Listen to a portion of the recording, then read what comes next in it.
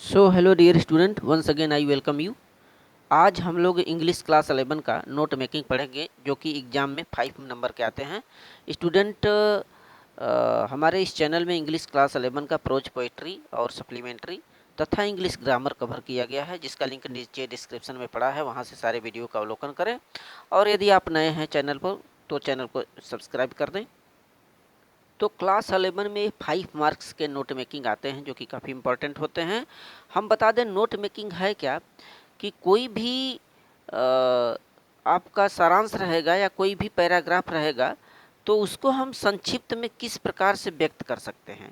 संक्षिप्त कथन ही, संक्षिप्त रूप में उस चीज़ को व्यक्त करना ही हमारा नोट मेकिंग कहलाता है। तो इसमें हम दिए गए पैराग्राफ को पढ़ते हैं, समझते हैं, उसमें कुछ मेन पॉइंट जो मुख्य बिंदु होते हैं उसको नोट करते हैं, वही हमारा नोट मेकिंग है। ठीक है, संक्षिप्त रूप में उसमें से जो इम्पोर्टेंट चीज़ है किसके बारे में है, उसका टाइटल क्या है, उसका हेडिंग क्या है, सब हेडिंग क्या है, ठीक, उसमें क्या चीज़ बोला गया है, उसकी मेन चीज़ को नोट कर लेना ही हमारा क्या होता है, नोट मेकिंग। तो इंग्लिश क्लास 11 के एनसीईआरटी बुक में नोट मेकिंग आपका दिया है। ठीक, इसके नोट मेकिंग में इसका जो एक्सरसाइज है इसको हम समझते हैं आपके बुक का। देखिए, आपका एक्सरसाइज दिया गया है ये। अब ये देखिए एक्सरसाइज 5वां है आपके बुक में। ठीक है, तो द लाइफ ऑफ शिवाजी यहाँ से यहाँ तक दिया है, और नीचे क्वेश्चन पूछा है कि make notes on the basis of your understanding of the above passage using heading and सब हेडिंग्स। तो ये जो उपयुक्त पैसेज दिया गया है, इसमें हमको नोट मेकिंग बनाना है। एबोव पैसेज माने उपयुक्त पैसेज का हेडिंग और सब हेडिंग देते हुए इसके नोट मेकिंग को तैयार करना है। ठीक है, तो आइए इसको जानते हैं किस प्रकार से। सबसे पहले हम क्या करेंगे, इसके पैराग्राफ को एक बार सरसरी निगाह से इसको पढ़ लेंगे। पढ़ने के बाद हम देखेंगे कि किस चीज़ का इसमें उल्लेख किया गया है। देखिए, लिखा है the life of Shivaji was full of action and achievement. माने जो जीवन था शिवाजी का, उनका जो जीवन था कार्य और उनकी उपलब्धियों से परिपूर्ण था। He built a large and brave army. उन्होंने क्या निर्माण किया था, उन्होंने एक बड़ी और साहसी सेना का बिल्ट माने निर्माण किया। And laid the foundation of an organized state. उन्होंने जो है एक ऑर्गेनाइज्ड स्टेट की फाउंडेशन माने न्यू लेड माने रखी थी। Just by force of his achievement and personality, माने अपने उस उपलब्धि और अपने उस व्यक्तित्व की फोर्स माने शक्ति से he shaped the Maratha into a nation. उन्होंने मराठों को एक राष्ट्र में शेप्ड माने ढाला था। आगे देखिए क्या उनका कार्य थे, क्या बोल रहा है कि मैनी ऑफ हिज, यहाँ से देखेंगे, he many of his qualities were rare in that age. माने उस एज मीन्स अवधि में उनमें बहुत से जो क्वालिटीज थे, गुण थे, रेयर माने दुर्लभ थे। ही performed not only the old Hindu religious rights, माने उन्होंने एक प्राचीन हिंदू जो रिलीजियस थी, धर्म था, धार्मिक संस्कृति या बोले संस्कार के लिए वो कार्य नहीं किए, but also practised broad minded toleration, बल्कि उन्होंने एक उदार विचार वाले सहनशीलता का भी कार्य किया। ही अ मुसलमान holy man was as respectable to him as Brahmin. माने एक पवित्र जो मुस्लिम व्यक्ति था वह उतना ही सम्मानित था उनके लिए जितना कि एक साधारण ब्राह्मण होता है, एज ए ब्राह्मण। आगे देखिए क्या बोल रहा है कि he would cause no harm to any holy building of Islam. उन्होंने इस्लाम के पवित्र बिल्डिंगों को कोई क्षति नहीं पहुंचाने का इरादा किया था। ही कुड पनिश सेवरली, बड़ी ही कड़ाई से वो पेश आ सकते थे, कठोरता से दंड दे सकते थे। But he was not by nature either cruel और ब्लड थर्स्टी, और वह स्वभाव से बहुत ही निष्ठुर नहीं थे, न ही बहुत खूंखार थे, ब्लड थर्स्टी थे। टुवर्ड्स वुमेन ही डिस्प्लेड जेंटल ट्रीटमेंट, और स्त्रियों के साथ सौम्यता जो है सज्जनता से या शालीनता से पेश आते थे। The spiritual lesson which he had learned from his mother, अपनी माँ से उन्होंने आध्यात्मिक शिक्षा ग्रहण की थी। और स्ट्रेंथ बाई हिज फेमस गुरु रामदास, और जो शक्ति प्राप्त किया था अपने प्रसिद्ध गुरु रामदास से।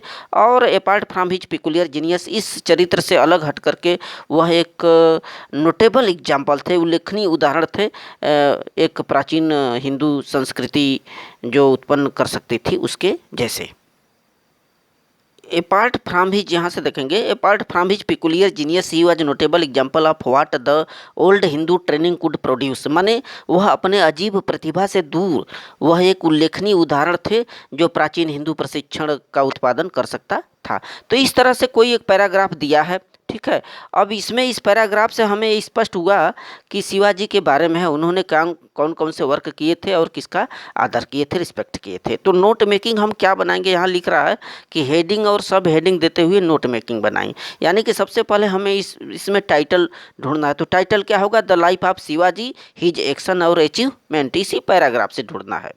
तो सबसे पहले आप उसमें टाइटल देंगे या हेडिंग देंगे, ठीक है, TITLI, टाइटल या हेडिंग।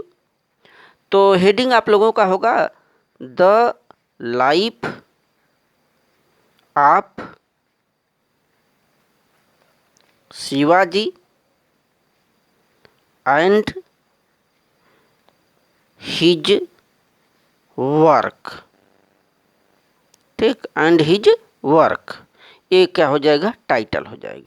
तो इस पैराग्राफ से यही स्पष्ट हो रहा है कि शिवाजी के कार्य के बारे में दिया गया है, उनकी उपलब्धि के बारे में। ये इसका क्या हो जाएगा, इसका टाइटल देखेंगे, यहाँ पर दिया है, ठीक। तो सबसे पहले आप पैराग्राफ से टाइटल ढूंढ लेंगे, इसके बाद सब टाइटल बोल रहा है यहाँ पर, सब हेडिंग देते हुए इसमें से कुछ संक्षिप्त चीज़ें व्यक्त करना है। अगला पॉइंट हम लोग लिखेंगे उनके क्या कार्य थे, यानी कि his action, his action.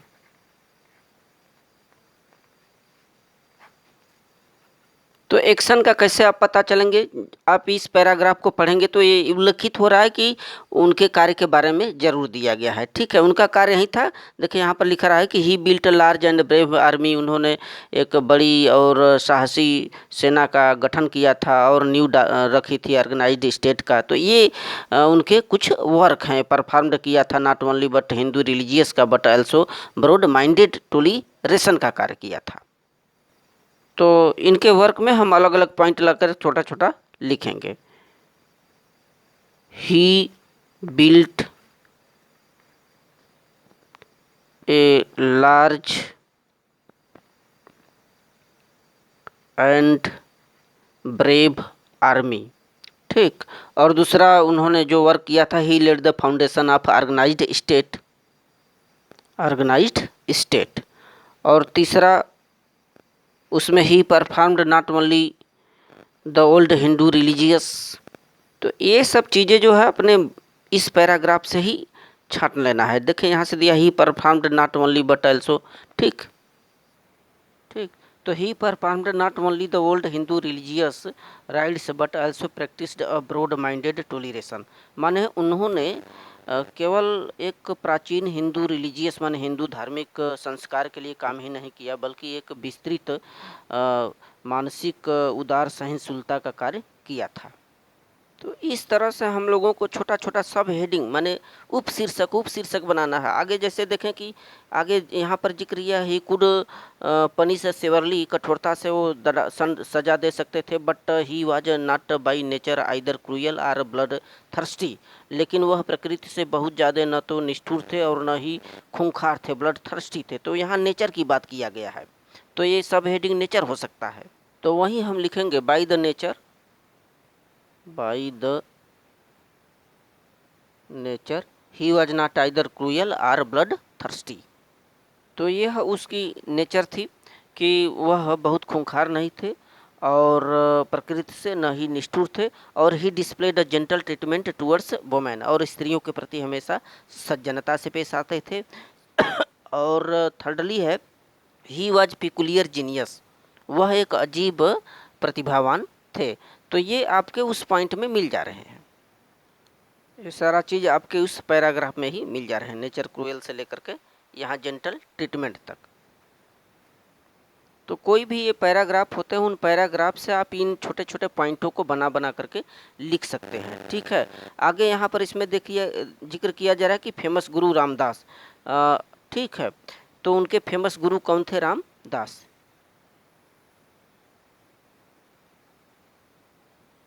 His famous,